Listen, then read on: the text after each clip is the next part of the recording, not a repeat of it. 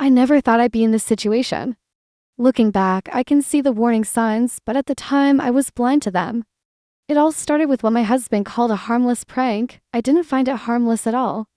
In fact, it left me feeling hurt, upset, and confused.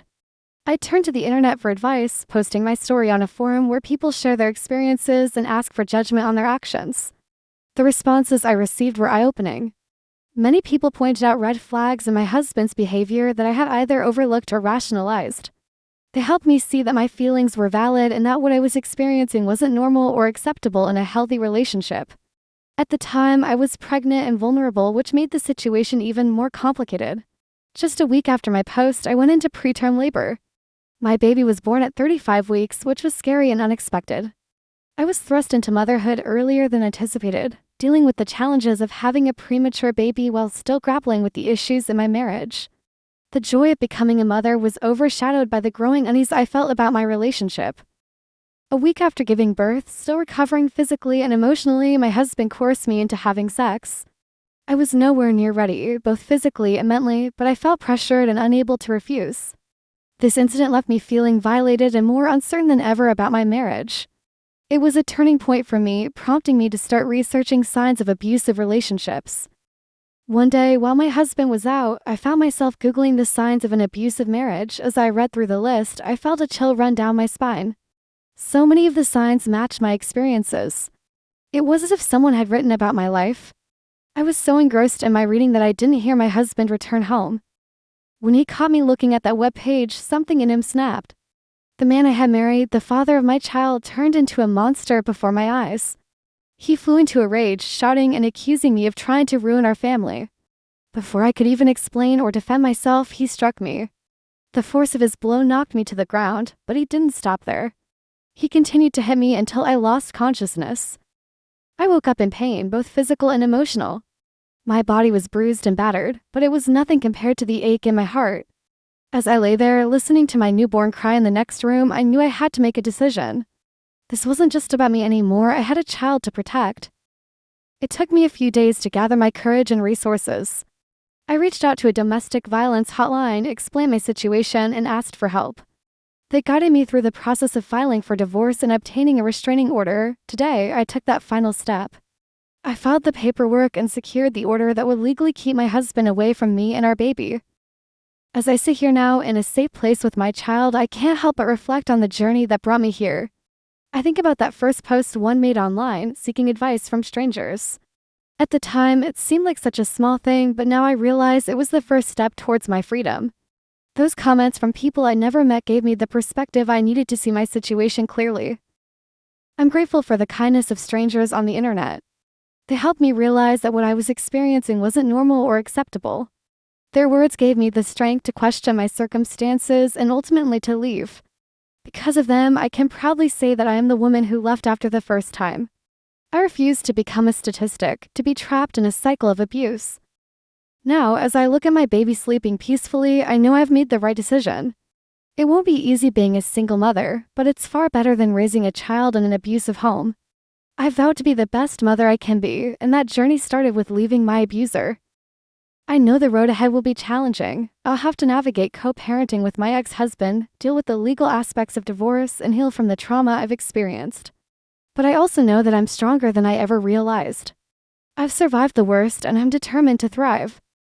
As I write this, I hope that my story might help someone else in a similar situation. Maybe someone will read this and recognize their own warning signs. Maybe they'll find the courage to reach out for help or to leave an abusive situation. If my experience can make a difference for even one person, then sharing it will have been worth it. I'm learning to trust myself again, to believe in my own judgment. I'm rediscovering who I am outside of the relationship that tried to dim my light. It's a process, and there are days when I struggle, but I know I'm on the right path. To anyone reading this who might be in a similar situation, you are stronger than you know. You deserve to be safe, respected, and loved. It's okay to ask for help, and it's okay to leave. Your safety and well-being matter. Don't let anyone convince you otherwise. As for me, I'm taking it one day at a time.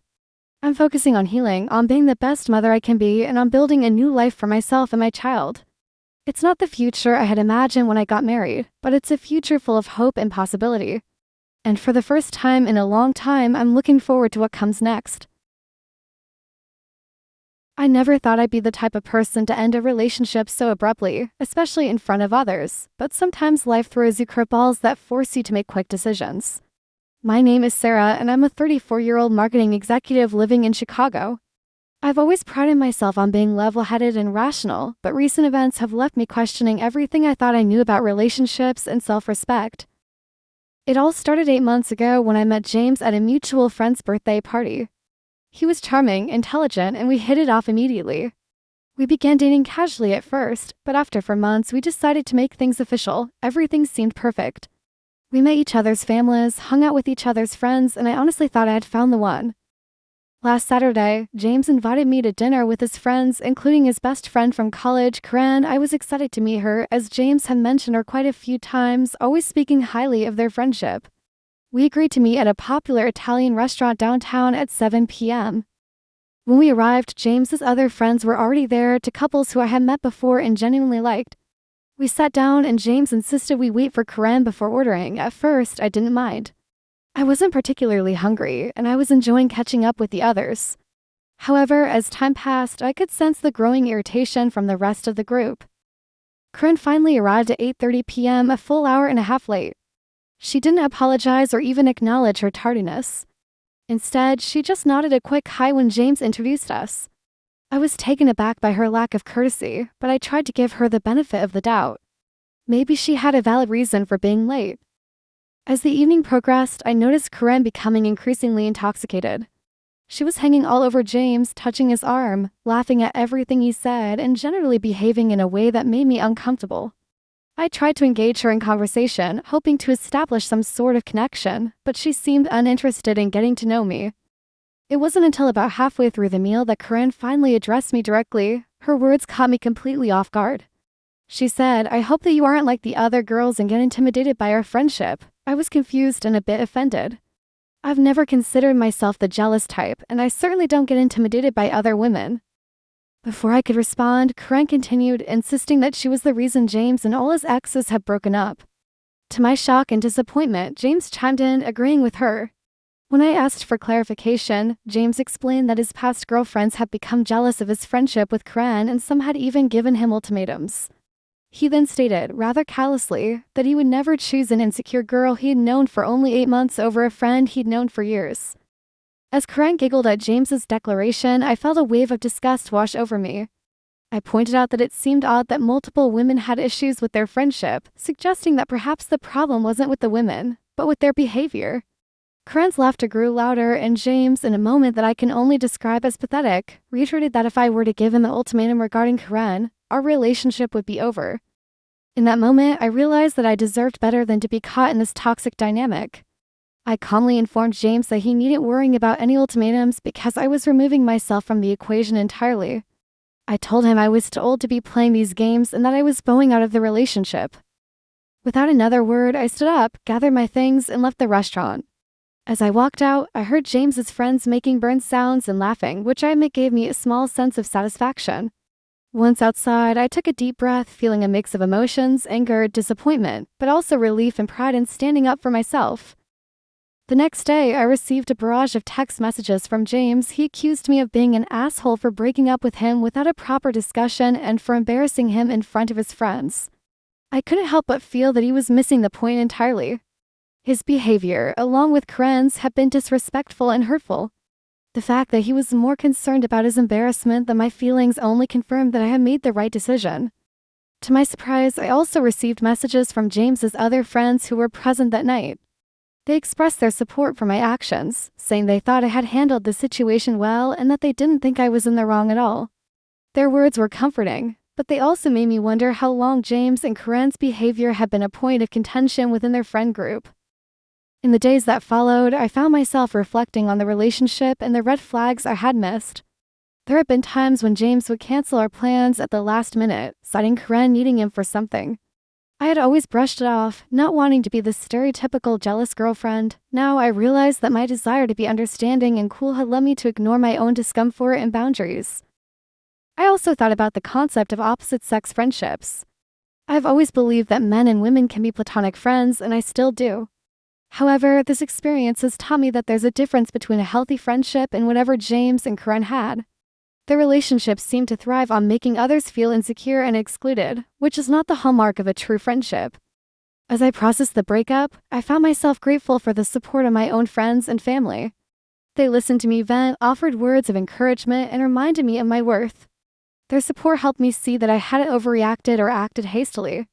I had simply reached my limit and chosen to prioritize my self-respect over a relationship that was clearly not serving me well. In the weeks that followed, I focused on self-care and personal growth. I threw myself into work, started a new fitness routine, and even signed up for a painting class I'd been wanting to try for years. These activities helped me rediscover parts of myself that I had perhaps neglected while trying to make my relationship with James work. As time passed, I began to feel stronger and more confident in my decision. I realized that the right person wouldn't make me feel like I had to compete for their attention or affection. They wouldn't put me in situations where I felt disrespected or devalued. And most importantly, they would be willing to have open, honest conversations about boundaries and expectations in a relationship. Looking back, I don't regret ending things with James in front of his friends. While it wasn't the most private or traditional way to end a relationship, it was authentic to how I felt in that moment. Sometimes we need to listen to our gut and act decisively, even if it means going against social norms or expectations. This experience has taught me valuable lessons about self-worth, boundaries, and the importance of surrounding oneself with people who bring out the best in you. It's reinforced my belief that it's better to be alone than to be in a relationship that diminishes you. And it's reminded me that at any age, we have the power to choose ourselves and walk away from situations that no longer serve us. As I move forward, I'm not bitter or closed off to the idea of love. If anything, this experience has clarified what I want and deserve in a partner. I'm open to meeting someone new, but I'm also content focusing on myself and the relationships in my life that are truly supportive and positive. In the end, I don't see myself as the asshole in this situation. I see myself as someone who stood up for herself in the face of disrespect and manipulation. And while the manner in which I ended things may have been unconventional, I believe it was necessary and ultimately empowering. Life is too short to waste time with people who don't value you or who play games with your emotions. Sometimes the bravest thing we can do is walk away, head held high, knowing we deserve better.